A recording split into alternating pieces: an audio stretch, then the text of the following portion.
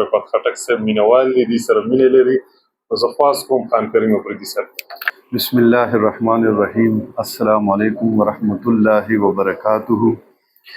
تمام عمر پشیماں رہوں گا اس کے لیے، تمام عمر پشیماں رہوں گا اس کے لیے، وہ زندگی کے جو تیرے بغیر گزری ہے.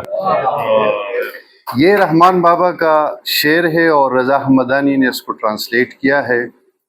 میں سمجھتا ہوں کہ یہ پروگرام برسوں پہلے ہونا چاہیے تھا، کیونکہ رفعت خٹک صاحب کے متعلق اتنی معلومات دی گئی اور بھی انشاءاللہ ہمارے جو حاضرین ہیں وہ دیں گے.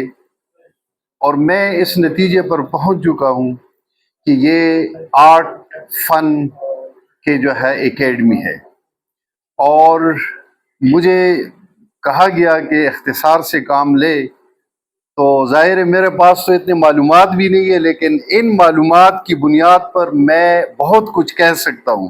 کیونکہ ہمارے ایک حضرت ہے، وہ اگر کسی چیز کو نہیں جانتے لیکن چند ایک جو دوسرے بات چیت کر لیتے تو ان کو جو ہے ایک خاص مضمون ان سے بنا لیتے ہیں. تو میں بھی تقریباً اس پہ جو ہے گفتگو کر سکتا ہوں، لیکن بہرحال ان کے لیے ساحل لدھیانوی کے 2 بند میں نذرانہ کے طور پہ پیش کرتا ہوں.